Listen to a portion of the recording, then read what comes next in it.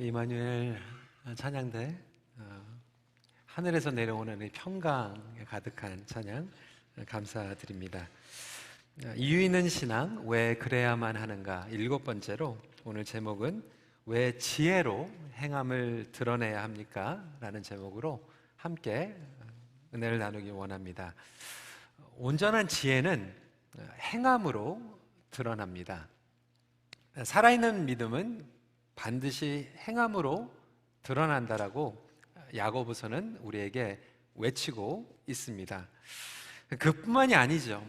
행함을 지혜롭게 드러내야 된다라고 선포하고 있습니다.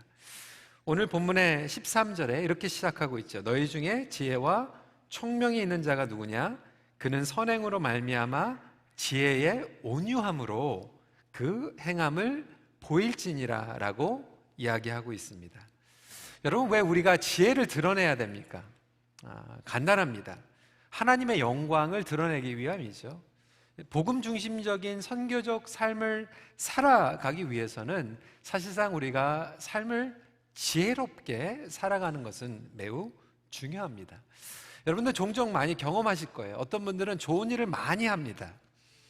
근데 좋은 일을 많이 하는데도 불구하고 지혜롭지 않게 하게 되면 어떻게 보면 한 것보다 못할 때가 많이 있습니다. 어떤 분들은 참 옳은 말을 잘합니다. 틀린 말을 하지 않아요. 그런데 옳은 말을 하는데도 불구하고 지혜롭지 않게 해서 사실상은 다른 사람들에게 상처를 주거나 듣고 싶지 않게 만드는 경우들이 있습니다. 꼭 그때 말할 필요가 없거든요.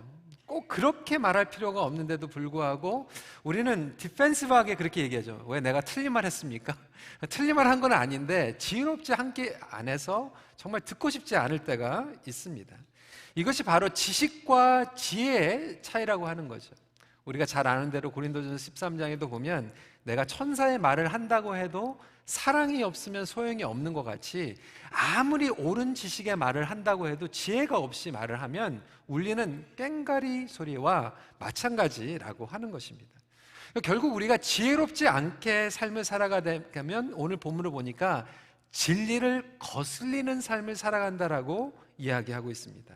14절에 그러나 너희 마음속에 독한 시기와 다툼이 있으면 자랑하지 말라. 여기에 진리를 거슬러라고 이야기를 하고 있지 않습니까? 어떤 분들은 교회에서 직분을 받아가지고 열심히 사역을 해요. 그런데 지혜롭게 사역을 하다 보니까 결국은 열심히 일을 했는데 진리를 거슬리는 사역을 하고야 맙니다. 어떤 부모님들은 자식을 열심히 길러요. 막 극성적으로 그냥 푸시하고 좋은 학교로 좋은 프로그램으로 돈을 투자해가지고 그렇게 열심히 희생을 하고 투자를 해가지고 양육했는데 결국은 보니까 진리를 거슬러서 양육을 해버렸어요. 어떤 분들은 성경 공부 열심히 했는데 그 진리를 받는다고 하면서 전도한다고 했고 선교를 한다고 했는데 결국은 보니까 진리를 거슬러 그러한 시간을 보내는 경우들이 있죠. 그래서 오늘 야고보서의 본문은 우리에게 지혜가 너무나도 중요하다라고 얘기를 하고 있어요. 그런데 이 지혜란 무엇인가, 그리고 이 지혜는 어떻게 얻을 수 있는가, 그리고 지혜의 열매는 어떻게 드러나는가에 대해서 함께 나누길 원합니다. 영어로는 What is wisdom?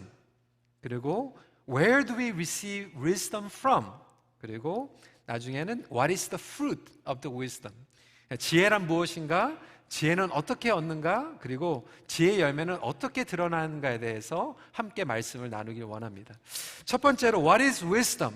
지혜를 이렇게 정리합니다. 지혜는 간단하게 정리하면 다르게 보는 겁니다. 지혜는 다르게 보는 겁니다.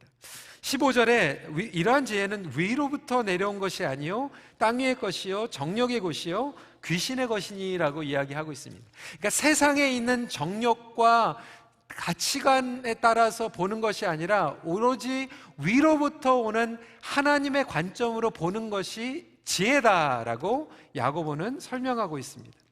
그러니까 세상을 살아가면서 위의 관점으로 다르게 보는 거예요. 말씀을 봐도 다르게 보고 시험이 찾아오고 우리에게 고난이 찾아와도 그것을 다르게 보는 것이 지혜 있는 자들의 공통점입니다. 왜냐하면 시험이 찾아왔을 때 시험의 출발점과 목적지가 다르다라고 하는 것을 지혜 있는 자는 꿰뚫어 보고 있기 때문에 그렇습니다. 그러니까 갈등이 찾아와도 마찬가지예요. 교회 안에서 갈등이 있고 그리고 가정 가운데에서 갈등이 있을 때 지혜로운 자는 다르게 반응을 합니다. 아이들과도 마찬가지죠. 왜냐하면 그 골이 이 세상적으로 길러내기 위한 골이 아니라 조급한 마음을 내려놓고 우리 아이들이 정말 하나님의 자녀로서 양육받기 원하고 하나님께서 그들을 붙잡고 계시다라고 하는 것을 깨닫기 때문에 그렇습니다. 그런데 이 지식이 많아도 그 안에 갇혀진 자들은 지혜가 없어요. 종종 여러분들 이야기 들었을 거예요. 우리 목사님들이나 부흥회 강사님들이 와가지고 자꾸 이렇게 박사 학위 있는 사람들, PhD 있는 사람들을 뭐라 그러죠?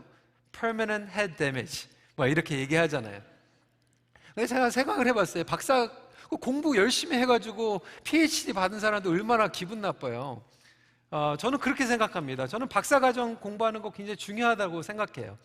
그런데도 왜 자꾸 우스갯소리로 이렇게 permanent head damage라고 얘기하냐? 공부를 했는데 그 공부를 통해서 스태핑 스톤으로 다른 것들을 넓게 보고 그것을 적용할 수 있으면 도움이 되는데 내가 공부를 한 분야 때문에 내 지식에 갇혀져 버려가지고 그거밖에 고집하지 못하면 결국은 그것이 지혜롭지 못한 지식으로 머무를 수 있다라고 하는 것이죠. 다르게 보지 못하기 때문에 그렇습니다. 우리가 세상을 살아가면서 나름대로 경험을 가지고 있어요. 학위를 가지고 있어요. 내가 가지고 있는 판단하는 것들이 있습니다. 그런데 어떻게 보면 그것이 하나님께서 주시는 지혜를 보지 못하게 하는 큰 장애물이 될 수 있다라고 하는 것이죠. 욥기 28장 12절에는 이렇게 얘기하고 있습니다.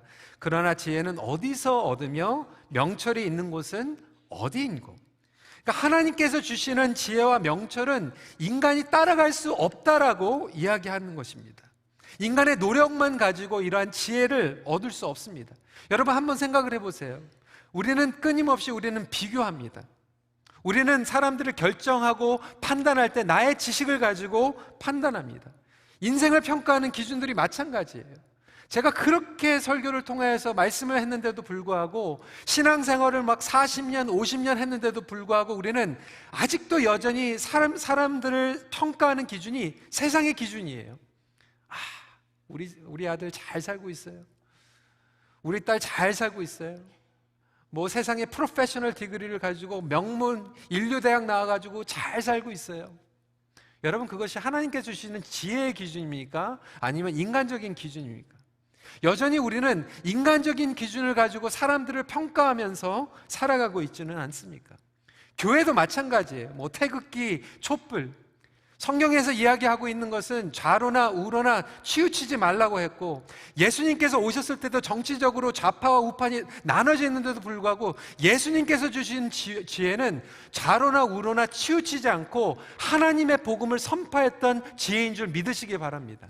그럼에도 불구하고 우리는 아직도 인간적인 경험과 인간적인 생각과 내가 가지고 있는 것이 전부인 것으로 그것이 everything 것처럼 이야기하고 있더라고 하는 것이죠. 그렇게 극단주의로 나가는 것이 아니라 천국의 지혜는 우리를 다르게 보게 한다. 천국의 기준으로, 천국의 관점으로, 말씀의 프레임으로 보게 하는 것이 지혜라고 하는 것입니다. 이 지혜는 우리에게 통찰력을 주죠. 깨달음을 선물로 줍니다. 우리 강준민 목사님께서는 지혜를 통찰력이라고 설명을 하고 있습니다. 이렇게 설명하고 있어요. 누구나 보지만 잘 본다는 것, 깊이 본다는 것, 그리고 전체를 본다는 것은 쉽지 않습니다. 특별히 남이 잘 보지 못하는 것을 본다는 것은 쉽지 않습니다. 통찰력이란 남이 잘 보지 못하는 것을 보는 것을 의미합니다. 통찰이라는 단어는 뿌리부터 본다는 의미를 가지고 있습니다. 문제에 직면할 때 문제만 보는 것이 아니라 문제의 원인, 뿌리를 살피는 것을 의미합니다. 통찰력이란 깊이 보는 것을 의미합니다. 근원을 살피는 것을 의미합니다. 그것이 바로 지혜인 것입니다. 그러니까 지혜 있는 사람들은요, 겉으로 드러나는 표면적인 것을 가지고 결단하는 것이 아니라 뿌리를 본다라고 하는 거예요. 근본적인 것을 본 것입니다. 전체를 보는 거예요. 조급하게 생각하지 않습니다. 그래서 지혜를 가지고 사업하는 사람들은요, 손님들하고 맷불 때문에 싸우지 않아요. 거래처하고 목숨 걸지 않습니다. 내가 지금 조금 손해보는 것 같고 양보하는 것 같지만 전체를 보면서 웃을 수 있는 것이 지혜 있는 사람의 사업 방식이에요. 자녀를 기를 때도 마찬가지입니다. 많은 부모님들이 자녀들과 그 이슈를 하나 이기려고 내 고집과 내 자존심 때문에 자식을 고치려고 하는데 결국은 나중에 자식을 잃어버리는 경우들이 있어요. 제가 예전에도 몇 번 간증을 하지 않았습니까? 저는 고등학교 때 좀 방황을 했어요. 방황을 하다 보니까 또 부모님께 또 반항도 했어요. 고등학교 때 정말 앞으로 내가 어떻게 하면 살아갈 수 있을까 막 고민을 하는 가운데에서 어려운 시간들을 보냈습니다. 저희 아버님께서 하루 저를 부르셨어요. 저에게 이제 돈을 이렇게 좀 주시면서 시간을 주시고, 희송아 여행 갔다 와라, 이렇게 시간을 주셨어요. 사실상 고등학교 때 너무나도 소중한 시간에 그러한 시간을 주신 거죠. 저희 어머니는 그게 굉장히 못마땅하셨어요. 이게 무슨 얘기냐고, 왜 여행을 보내냐고. 그런데 저희 아버님께서 저에게 여행을 보내시면서 세 가지 조건을 다셨어요. 여러분들 기억하실 거예요. 첫 번째, 혼자 가야 된다. 친구랑 가지 마라. 두 번째로 매일 일기를 써라. 그리고 세 번째로는 너희 어머니 걱정하시니까 그래도 어디 가든지 이틀에 한 번씩은 어머니한테 전화드려라. 고등학교 때 그런 시간을 겪으면서 그 일기장을 제가 아직도 가지고 있습니다. 근데 지금 생각을 해보니까요, 저에게 큰딸이 지금 대학생인데 지금도 불안불안한데 어떻게 저희 아버지가 그런 생각을 하셨을까 생각을 했습니다. 제가 한 학기 동안 고등학교 시절을 보내면서 방황했던 것 같고 반항했던 것 같은데, 오히려 그 시간이 저의 10년과 20년 아예 앞으로의 미래를 바꿔버리는 터닝 포인트가 되어버렸습니다. 정말 우리가 자녀들을 키울 때 그 한 시간, 그리고 한 과목, 그리고 전공, 그리고 한 학기에 목숨을 걸고 우리는 이기려고 하고, 어떻게 보면은 우리가 그 컨트롤을 빼앗기지 않으려고 하지만, 지혜로운 부모들은 그것을 양보하더라도 그들의 앞으로 있는 미래를 볼 수 있는 게 지혜가 아니겠습니까? 그러니까 장사도 마찬가지고, 싸움도 마찬가지고, 갈등도 마찬가지고, 자녀들의 이슈도 마찬가지라고 하는 것입니다. 그래서 하나님께서 주시는 지혜를 가진 사람은 모든 문제를 봤을 때 다르게 보는 거예요. 저는 우리 모든 큰빛교회 성도들이 하늘에서 주시는 지혜로 다르게 보는 능력을 가지시길 주님의 이름으로 축원합니다. 그러니까 양보할 줄 아는 거죠. 때로는 한 발자국 물러설 수 있는 지혜가 필요합니다. 어떤 분들에게는 실패를 집착하는 것이 아니라 그 실패조차를 통하여서도 그 당장 오는 손해와 그 이익에 집착하지 않는 지혜가 필요하다라고 하는, 그럴 때 우리에겐 장애물을 넘어서 볼 수 있는 지혜를 우리에게 허락해 주십니다. 지혜에 대해서 설명을 했다라면, 두 번째로는 그럼 지혜를 어떻게 받는가? Where do we receive wisdom from? 근데 지혜는 여호와를 경외함으로 비롯됩니다. 오늘 17절은 이렇게 설명하고 있습니다. 오직 위로부터 난 지혜는, 시편 111편 10절 말씀 우리에게 이렇게 설명하고 있죠. 여호와를 경외함이 지혜의 근본이라. 그러니까 여호와를 경외하는 것이 지혜의 근본이다라고 설명하고 있습니다. 야고보서를 보니까 1장 5절에 이미 우리들에게 구체적으로 설명하고 있습니다. 우리가 한 목소리로 읽어볼까요? 야고보서 1장 5절 말씀입니다. 시작. 너희 중에 누구든지 지혜가 부족하거든 모든 사람에게 구하라. 그리하면 주시니라. 그러니까 지혜는 누구에게 구하는 것이죠? 하나님께 구하는 거예요. 여러분 한번 생각을 해보세요. 지혜가 없는 이유는 무엇입니까? 하나님께 구하지 않았기 때문에 지혜가 없는 거예요. 오늘 야고보서 1장 5절이 우리에게 이야기하고 있는 것은 뭐냐면, 우리 하나님은 너무나도 좋으신 분이고 우리 하나님은 우리를 너무나도 케어하시는 분이시기 때문에 구하기만 하면 우리에게 지혜를 부어주시길 원하시는 하나님의 마음이라고 하는 거예요. 그러면 왜 저와 여러분들이 무슨 중요한 결정을 할 때, 그리고 이 복잡한 세상을 살아가면서 영적 전쟁을 하면서 왜 지혜를 구하지 않는가? 입니다. 중요한 레슨이 여기에 담겨져 있어요. 왜 그렇습니까? 때로는 우리가 생각이 짧아서 그런 거죠. 하나님께 구하지 않았기 때문에. 그런데 더 근본적인 이유 무엇이냐면 하나님을 경외하지 않기 때문에 우리에게 지혜가 없다라고 하는 거예요. 영어로 설명하면 no reverence, no respect. 하나님에게 respect가 없기 때문에 하나님께 지혜를 구하지 않고, 하나님께 respect가 없기 때문에 하나님께서 우리에게 지혜를 주시지 않는 거예요. 여러분, 심지어는요, 우리가 인간의 관계에서도요, 베이직한 respect만 있어도 하나님께서 우리에게 지혜를 주십니다. 우리가 상대방을 존중하고 상대방을 정말로 사랑하고 경외하면요, 하나님께서 우리에게 지혜를 주세요. 그런데 우리가 지혜롭게 행동하지 못하는 것은 우리가 하나님을 경외하지 않고 하나님께 기도하지 않고 말해버리고 행동하고 결정해버리기 때문에 지혜가 짧은 거예요. 생각이 짧은 거예요. 그것은 단순히 기도의 이야기가 아니라 자세의 이야기입니다. 마음의 이야기예요. 하나님을 경외하고 서로를 존중하면 지혜를 주시는데 많은 경우에는 우리의 마음 자세에 개념이 없다라고 하는 거예요. 이번에 한국에 나가서 지난주에 목회 칼럼에 우리 젊은 목회자들, 2세 목회자들을 데리고 한국에 가가지고 멘토링하는 시간들을 보냈어요. 너무나도 좋은 시간이었어요. 물론 또 한국에 또 좋은 교회들, 그리고 또 크고 작은 교회들도 방문을 했습니다. 한국에 가보니까요, 요즘 이슈가 뭐냐면 이 다민족 목회예요. 한국에도 지금 영어권의 사람들이 2.5 밀리언이 들어와 있고요. 지금 다민족들이 지금 들어와가지고 교회들마다, 큰 교회들마다 어마어마한 몇 밀리언씩 투자를 해가지고 지금 뭐 교회를 가보니까 교육관에 층층마다 다민족 예배를 드리고 있어요. 1층에서는 영어 예배 드리고, 2층에서는 캄보디아 사람들 예배 드리고 있고, 3층에서는 중국 사람 예배 드리고 있고, 층층마다 엘리베이터를 타면 동시에 다민족 예배를 드리고 있어요. 그런데 이번에 이민 목회자들이 와가지고 목회와 신학에서 인터뷰를 하는데 이런 질문을 하는 거예요. 어떻게 하면 한국 교회가 다민족 문화 목회를 더 잘할 수 있을까? 이 질문을 하고 있는 거예요. 근데 저희 대답은 그랬습니다. 여러분, 다민족 문화 목회는 스킬이 아니에요. 예산도 아니에요. 한국의 초대형 교회들을 보니까 막 몇 밀리언씩 투자를 하는데 예산 문제가 아니더라고요. 아무리 돈을 부어다가 쓰고 있는데 그 안에서 열매가 드러나지 못하고 있는 분은 뭐냐면 갑이 투자를 해서 을에게 사역을 하고 있는 거예요. 세터민들, 조선족들, 고려인들, 다민족 문화들에게 돈은 펑펑 쓰고 있는데 내가 더 낫다라고 하는 거예요. 갑이 을에게 돈 주면서 사역하고 있다라고 하는 거예요. 그들에게 필요한 것은 돈이 아니에요. 사람이 최소한 사람들을 존중해주고 사랑해줄 때 하나님께서 그들에게 주시는 지혜가 있다라고 하는 거예요. 여러분, 사람들은요, 영적인 존재입니다. 누가 나를 존중해주고 누가 나를 사랑해주는지를 알아요.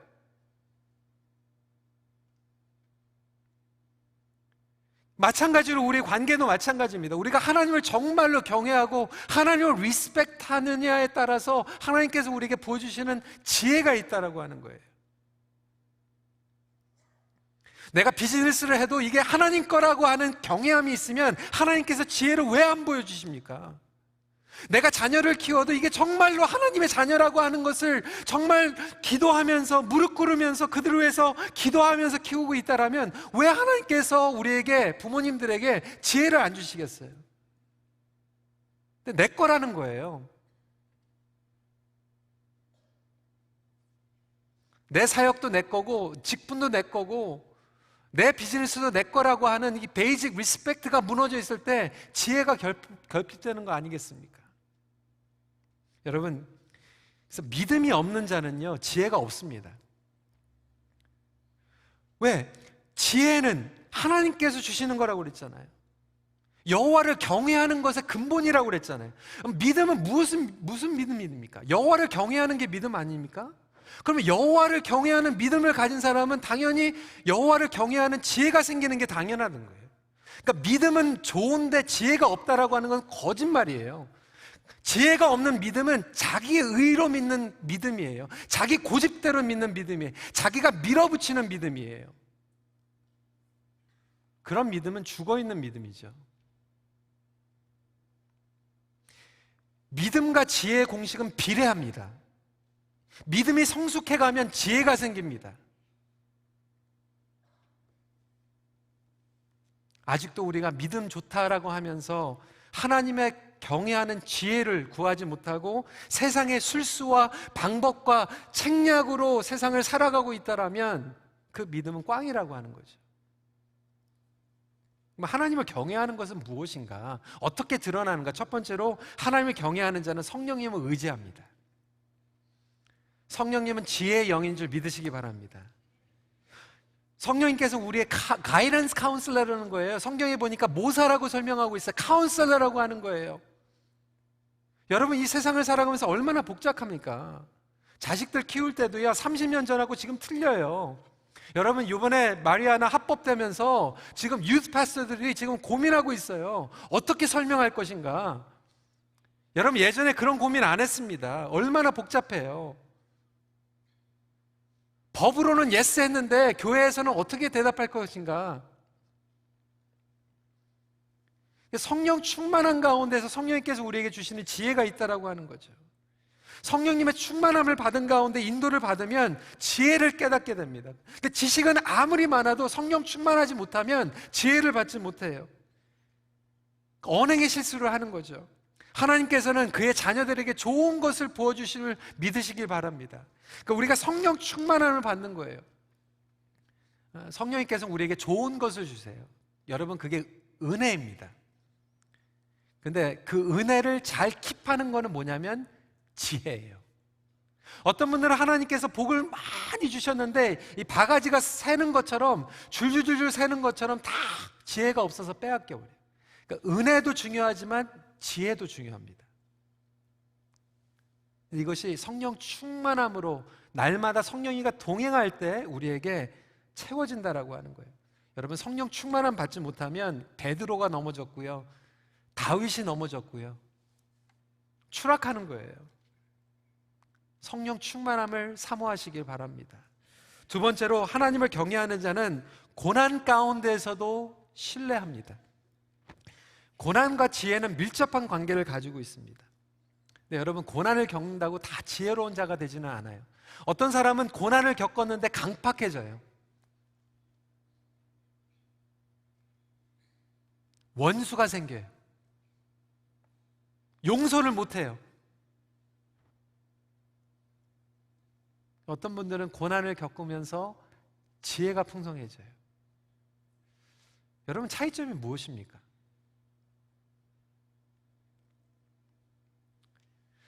고난을 겪을 때 하나님을 신뢰하는 사람들은 지혜를 얻게 되고요, 고난을 겪을 때 하나님을 원망하는 사람들은 강팍해지는 거죠.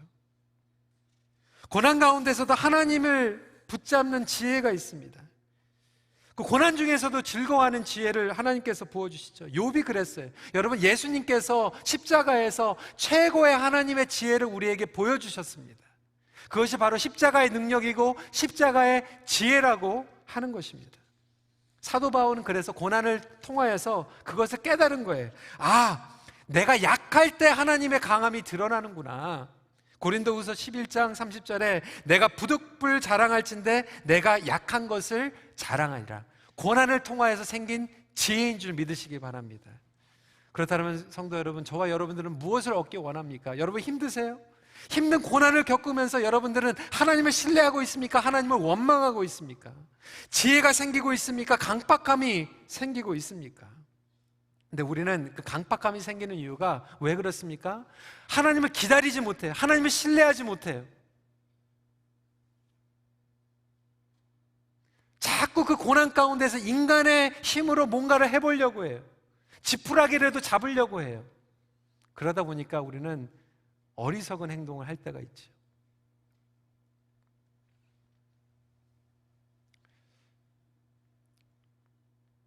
이제 지나간 얘기니까 할 수 있을 것 같아요.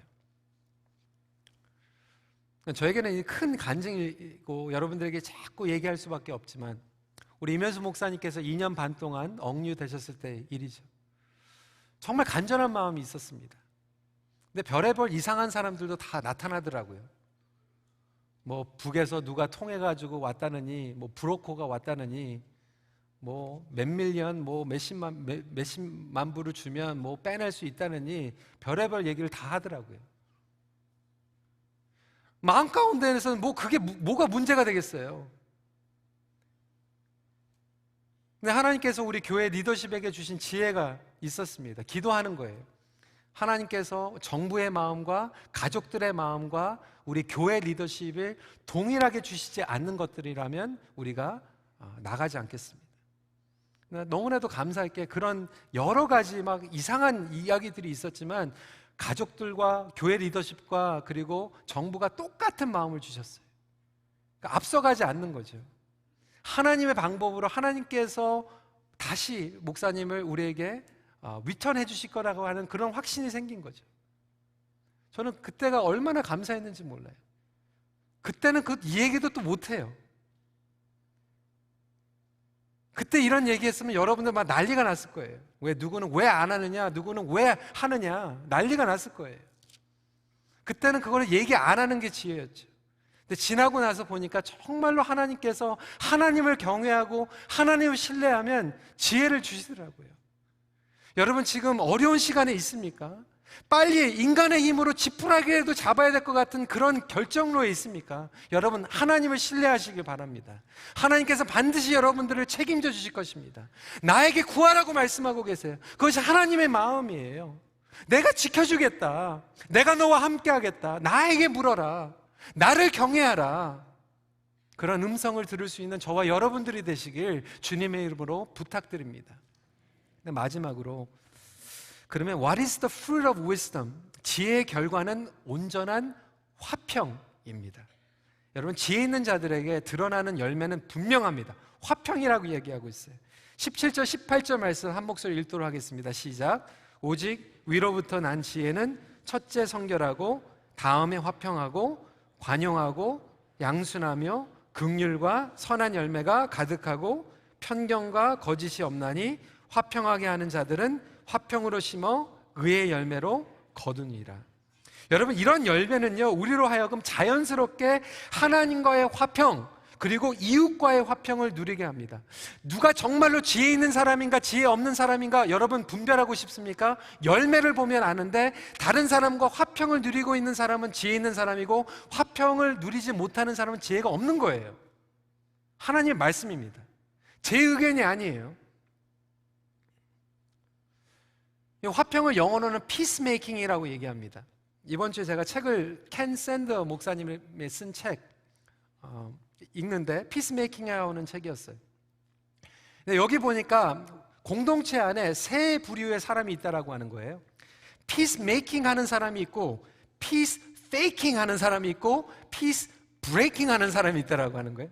제가 한국어로 설명할게요. 화평을 이루는 자가 있고 화평을 거짓으로 꾸며내는 자가 있고 화평을 또 깨트리는 자가 있다라고 하는 거예요. 화평을 이루는 자는 여러분들 이해가 되시겠죠? 하나님과 온전한 관계를 누리고 다른 사람들과 온전한 화평을 누리는 사람이 있는데 그러면 거짓으로 꾸미는 자는 누군가? 저는 우리 한국교회, 이민교회 이런 일들이 많이 있다고 생각해요. 체면 때문에. 아닌데 그냥 괜찮다라고 얘기하는 거예요. 겉으로는 좋은 것이 좋다고 하면서 시시하면서 뒤로는 욕하는 거예요. 그러니까 우리 2세들이 부모님들한테 시험 계속 걸리는 게 그거예요. 막 교회 와가지고 목사님 괜찮아요, 장로님 괜찮아요, 그리고 집에 가면서 차에서 욕하잖아요. 그건 우리 애들이 봤을 때 그건 너무나도 이중적인 거거든요. 근데 왜 괜찮다고 해요? 괜찮지 않은데 왜 괜찮다고 그래요? 그거를 피스 페이킹이라고 그러는 거예요. 그 뒤에 가서 욕하고.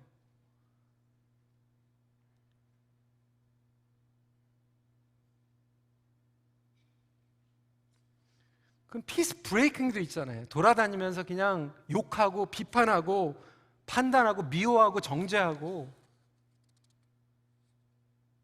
항상 잘 되는 것 같은데 거기서 꼭 잘못된 거 하나를 꼭 끄집어서 얘기를 해야지 뭔가 된 것 같이. 피스 브레이킹이죠. 그럼 피스 페이킹하고 피스 브레이킹의 다른 점은 무엇인가? 동기가 다르다고 하는 거죠. 내가 정말로 그 사람을 존중하고 신뢰하고 그 사람을 정말 살려주고 싶은 그 사랑이 있는가? 근데 그 사랑이 없으면 피스 브레이킹이죠. 여러분, 거짓으로 꾸미고 화평을 깨는 자가 많으면 그 공동체는 건강하지 못한 거예요. 일어나지 못하는 거예요. 선교적인 공동체, 복음적인 공동체에 일어날 수 없어요. 지혜가 없는 거죠. 꼭 초를 치는 사람들이 있잖아요. 옳은 말을 했는데 초를 쳐요. 지혜롭지 않은 사람들은 온전한 관계를 누리지 못해요. 여러분, 신앙생활을 오랫동안 했는데 하나님과 온전하지 못하고 이웃들과 온전하지 못한 사람들은 정말 지혜가 없는 거예요. 왜 그렇게 삽니까? 늘 의심하고 불안하고 마음의 평강이 없어요. 오늘 성경에 보니까 16절에 시기와 다툼이 있는 곳에 혼란과 모든 악한 일이 있음이라. 여러분, 혼란이라고 나와 있는데 영어로는 성경에 어떻게 별명했냐면 disorder. 한번 생각해 보세요. 목장에 갔는데 그 목장에 정말로 지혜가 있는 사람들이 많으면요, 마음에 화평이 있어요. 돌아가는데 마음이 평안합니다. 근데 그 목장에서요, 정말 화평을 깨는 자들 이야기를 듣고 오면요, 혼란스러워요. 여러분, 그런 경험 안 해보셨어요? 갑자기 왜 혼란스러운 소리가 들려요? 교회도요, 정말 하나님을 사모하고 성령 충만하고 하나님을 경외하는 교회에서 예배를 드리고 가면요, 마음이요, 화평이 찾아오는데 정말 교회에서 하나님을 신뢰하지 못하고 싸우고 가면요, 혼란스럽거든요. 그게 마귀가 하는 일이에요. 예배 잘 드렸는데 친교실에서 그냥 화평을 깨트리는 경우가 있죠. 여러분, 그런 경우들은요, 여러분들을 보호하세요. 그게 지혜로운 거예요. 전쟁터에 나갈 때 막 그냥 여러분들이 자꾸 노출돼가지고 괜히 막 그런 데 가가지고 자꾸 이렇게 듣지 마세요. 여러분들의 영혼을 보호하세요. 그게 지혜로운 거예요. 전쟁터에 나갈 때 군인들이요, 싸움을 하러 나갑니다. 그런데 헬멧 쓰고 나가요. 총 가지고 나가. 자기를 지키는 거예요. 자기 지키지 않고 나가가지고 노출되어 있으면 자기 영혼이 버려지는 거예요.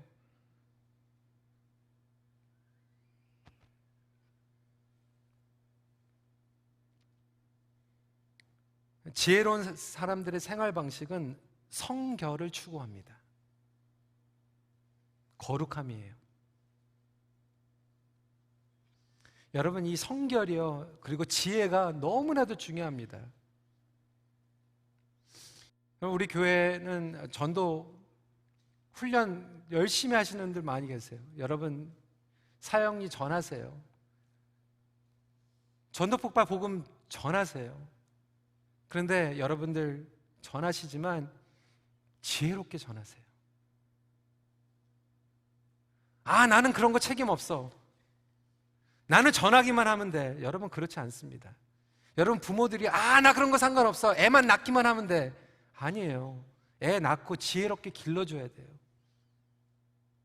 지혜롭게 안아줘야 돼요. 교회 안에서 그냥 전투적으로 선교적으로 열심히 그냥 내가 할 거면 다 해버리고 그 다음에는 뭐 전혀 상관 안 하는 아나무인으로 살아가는, 복음을 가리죠. 영광을 가립니다.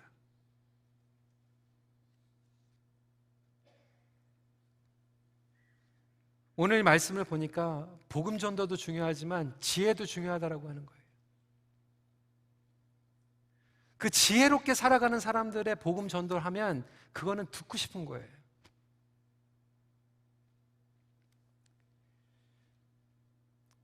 고린도전서 1장 18절에 보니까 십자가의 도가 멸망하는 자들에게는 미련한 것이요 구원을 받는 우리에게는 하나님의 능력이라. 예수님께서는 복음만 선포하신 것이 아니라 십자가에서 그 복음과 지혜의 능력을 나타내셨습니다. 그게 뭐입니까? 나 자신을 내려놓는 것이 가장 최고의 지혜인 줄 믿으시기 바랍니다.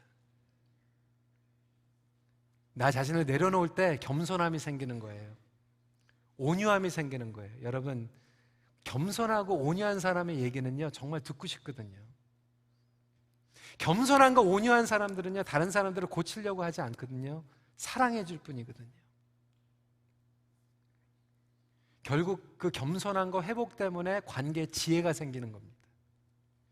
여러분, 지혜가 부족해서 본의 아니게 여러분 사랑하는 사람들에게 상처를 주지 않았습니까? 하나님의 영광을 가리지는 않았습니까? 양보하지 못해서 후회하고 있는 것들은 없습니까? 저는 오늘 다시 한번 이 말씀을 붙잡고 저와 여러분들 안에서 그리스도의 겸손함과 온유함이 지혜로 회복되기를 간절히 소원합니다. 여러분, 지혜는 생활 방식입니다. 라이프 스타일입니다. 말씀을 정리합니다. 믿음의 성장을 사모하는 만큼 지혜의 성장도 사모하십시오. 기도하겠습니다. 성도 여러분, 오늘 이 말씀을 다시 한번 정리하면서 저와 여러분들이 주님 앞에 기도하길 원합니다. 하나님, 지혜는 다르게 본다라고 하는데 정말 저는 나의 지식과 경험을 통해서 거기에 붙잡혀서 거기에 가려서 정말 하나님 하늘의 것을 보지 못했습니다. 내가 비즈니스를 하면서 어려웠던 상황들, 자녀들과 정말 싸우고 배우자와 이렇게 씨름하면서 보지 못한 것들이 있습니다. 주님, 한 발자국 물러와서 전체를 보고 정말 다르게 볼 수 있는 지혜를 나에게 부어주시옵소서. 이렇게 기도하시고요. 그 지혜를 얻기 위해서는 오늘 말씀한 것 같이 절대적으로 우리가 하나님을 경외해야 되는, 하나님을 리스펙트하고 정말 서로를 리스펙트하면 하나님께서 지혜를 부어주십니다. 성령님, 저를 충만하게 하여 주시옵소서. 고난 가운데서도 하나님을 신뢰하게 하여 주셔서 더욱더 깊은 지혜를 갖기 원합니다. 그래야 해서 궁극적으로 하나님과 화평, 그리고 나의 이웃들과 화평을 열매로 경험하게 하여 주시옵소서. 주님, 지혜를 부어 주시옵소서. 이 시간에 다시 한번 간절한 마음으로 기도하는 시간 갖도록 하겠습니다. 기도하시겠습니다. 아버지 하나님, 이 시간에 오늘 말씀을 붙잡고 나아가기 원합니다. 주님, 그렇습니다. 저희들에게 지혜가 필요합니다. 아버지 하나님, 저희가 지혜롭지 못하게 행동하고 지혜롭지 못하게 말을 하였고 지혜롭지 못하게 상대방에게 다른 것들을 요구할 때가 많이 있었습니다. 아버지 하나님, 오늘 이 시간에 저희들에게 하늘에 부어주시는 지혜를 허락하여 주시옵소서. 아버지 하나님, 그리하여서 우리가 인간적인 그리고 정말 자루나 우로로 치우치지 않고 주님을 바라보며 나아갈 수 있는 그런 은혜를 부어주시옵소서. 아버지 하나님, 우리에게는 지혜가 부족합니다. 매 순간순간 저희들에게 성령 충만함을 허락하여 주시옵소서. 아버지 하나님, 그리하여서 서로를 리스펙트하고 아버지 하나님, 무엇보다도 하나님을 경외하는 마음 가운데서 하나님께서 주시는 그 지혜를 우리가 경험할 수 있도록 허락하여 주셔서 우리가 세상을 살아가면서 온전하게 세상 사람들과 화평을 이루며 살아갈 수 있도록 허락하여 주시옵소서. 아버지 하나님, 그 은혜를 우리가 사모합니다. 우리의 생각과 우리의 마음과 우리의 관계를 주장하여 주시고 하나님의 지혜를 경험할 수 있는 그러한 관계로 나아갈 수 있도록 허락하여 주시옵소서. 우리 시간에 하나님의 사랑을 사모하는 자, 우리 찬양하면서 주님, 주님의 은혜를, 주님의 지혜를 부어주시옵소서 고백하겠습니다. 하나님의 사랑을 사모하는 자, 하나님의 평안을 바라보는 자, 너의 모든 것 창조하신 우리 주님, 너를 얼마나 사랑하시는지. 하나님의 찬양과 경배하는 자, 하나님의 선하심을 닮아가는 자, 너의 모든 것 창조하신 우리 주님이 너를 자녀 삼으셨네. 하나님 사랑해, 하나님 사랑의 눈으로 너를 어느 때나 바라보시고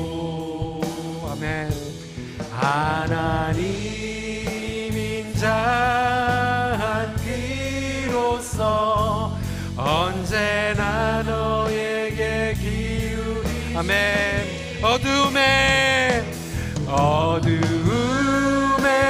밝은 빛을 비춰주시고 너의 작은 신음에도 응답하시니 너는 어느 곳에 있든지 주를 향하고 주만 바라보. 하나님 인자한 길로 하나님 사랑해요.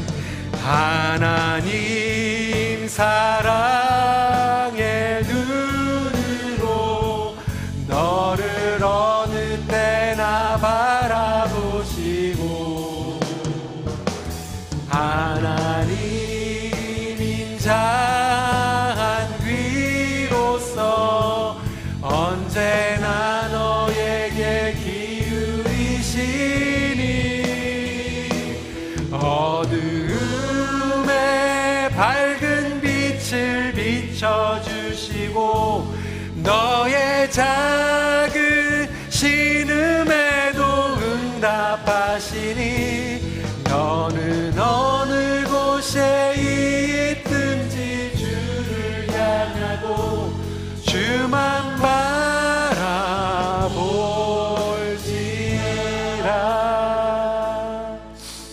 우리 이 시간에 다시 한번 주님 앞에 잠시 조용히 고백하기 원합니다. 우리 봉헌기도 나오실 때까지 주님, 하나님께서 늘 우리에게 은혜를 부어주시는데 그 은혜를 잘 킵할 수 있는, 그리고 그 은혜를 잘 활용할 수 있는 지혜를 우리에게 부어 주시옵소서. 다시 한번 주님 앞에 조용히 고백하는 시간 갖도록 하겠습니다.